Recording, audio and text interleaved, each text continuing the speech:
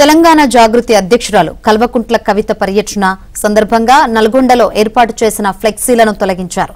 కవితకు వెల్కమ్ చెబుతూ జాగృతి నాయకులు ప్రధాన కూడలలో భారీ హోర్డింగ్స్, ఫ్లెక్సీ కటౌట్లు ఏర్పాటు చేశారు. వాటిని మున్సిపల్ సిబ్బంది తొలగించారు.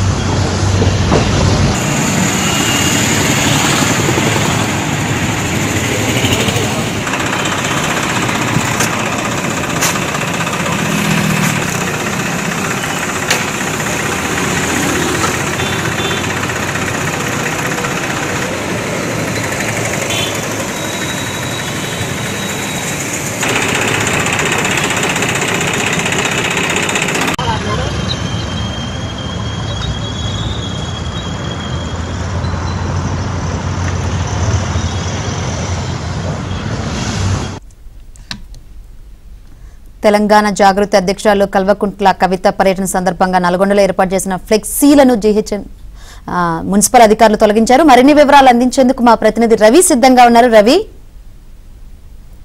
తెలంగాణ జన జాగృతి రాష్ట్ర అధ్యక్షురాలు కల్వకుంట్ల కవిత నల్గొండలో పర్యటించబోతున్నారు. ఇప్పటికే నిన్న రాత్రి నుంచి కూడా నల్గొండ ప్రధాన వీధుల్లో జాగృతికి సంబంధించినటువంటి నాయకులు ఆమె ఫ్లెక్సీలు, హోర్డింగ్స్ ఏర్పాటు చేశారు. అయితే మున్సిపాలిటీకి సంబంధించినటువంటి సిబ్బంది రాత్రి నుంచి ఉదయం వరకు కూడా ఫ్లెక్సీలను, హోర్డింగ్లను తొలగించడం జరిగింది. అయితే రాజకీయ దురుద్దేశంతోనే ఫ్లెక్సీలు తొలగించాలని జాగృతి నాయకులైతే ఆరోపణలు చేస్తున్నారు. ఆ మున్సిపాలిటీ సిబ్బంది మాత్రం అనుమతి తీసుకోలేదని చెప్పేసి మున్సిపల్ కమిషన్ చెప్తున్న పరిస్థితి ఉంది. అయితే కొద్దిసేపటి క్రితం జిల్లా కేంద్ర ప్రభుత్వ ఆసుపత్రిలో కవిత పర్యటించి అయితే ఫ్లెక్సీలకు సంబంధించిన అంశంపై కూడా స్పందించడం జరిగింది. కోమటిరెడ్డి వెంకటరెడ్డి పెద్ద మంత్రి అనుకున్నా కానీ ఇంత చిన్నగా ఇట్లా ఫ్లెక్సీలు ఏర్పాటు చేసుకుంటే ఫ్లెక్సీలు కూడా తొలగించుకోవడం రాజకీయంగా ఇలాంటి సరికాదని చెప్పేసి కూడా విమర్శించడం జరిగింది.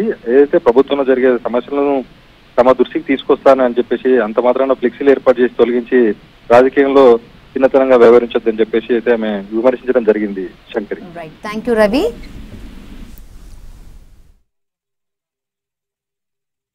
పెద్ద మంత్రి అనుకున్నా నేను కోమటిరెడ్డి గారు, కానీ మా నల్గొండలో సరే మా పిల్లలేదో ఉత్సాహంతో ఫ్లెక్సీలు, పోస్టర్లు వేసుకుంటే వాటిని కూడా తొలగించడం అంటే గింత ఓర్వలేని తనం ఎందుకు?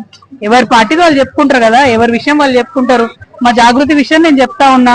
ప్రభుత్వంలో జరుగుతున్న తప్పులు ఉన్నాయి, ఆ వాస్తవాలను మాత్రమే నేను వారి దృష్టికి తీసుకొస్తున్నా. దానికే ఇంత కడుపు మంట ఎందుకు? కోమటిరెడ్డి గారికి ఇంత ఓర్వలేనితనం ఎందుకు?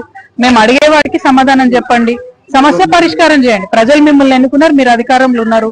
ఇవాళ జాగృతి నుంచి మేము ఒకటే అడుగుతున్నాం, పరిష్కరించండి. ఇటువంటి సమస్యలు, న్యాయబద్ధమైన సమస్యలు పరిష్కరించమంటే మీరు ఫ్లెక్సీలు తీస్తాం, పోస్టర్లు తీసుకుంటాం, రాజకీయాల్లో మీ స్థాయిని తగ్గించుకుంటామంటే నేను చేయగలిగేదేంటి?